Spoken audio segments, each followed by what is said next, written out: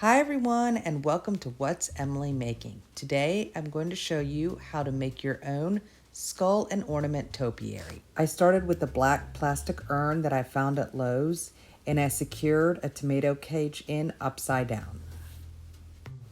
Next I have these tiny skull heads that I got on Amazon and I'm just hot gluing them to different parts of the cage.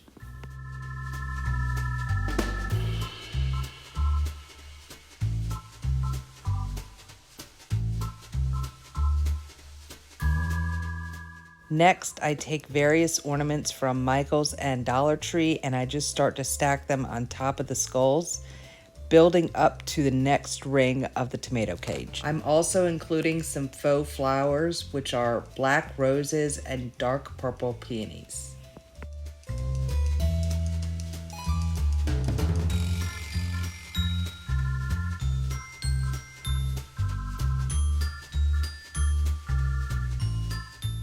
If you want to make things a little easier on yourself, you could always wrap the cage with some heavy gauge wire.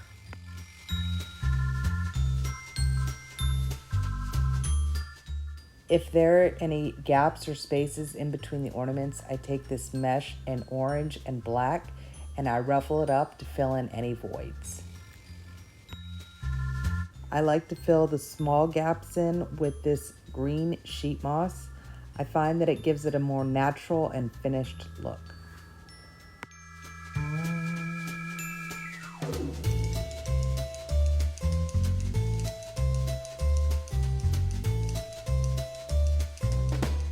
And there you have it, a custom Halloween topiary that you made yourself.